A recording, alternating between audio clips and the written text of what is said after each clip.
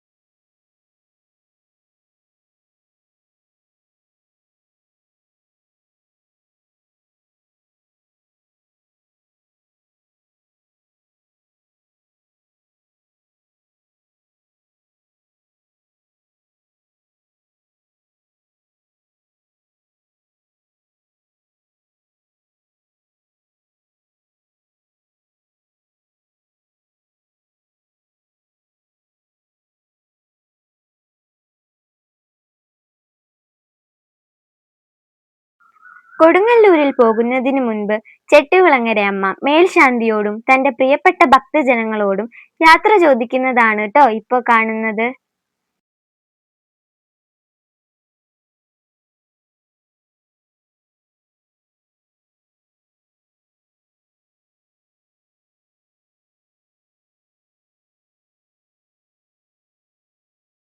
അപ്പോ ഇന്നത്തെ വീഡിയോയിൽ ഇത്രയേ ഉള്ളൂ കേട്ടോ. അപ്പൊ അടുത്തൊരു വീഡിയോയിൽ കാണാവേ. ബൈ.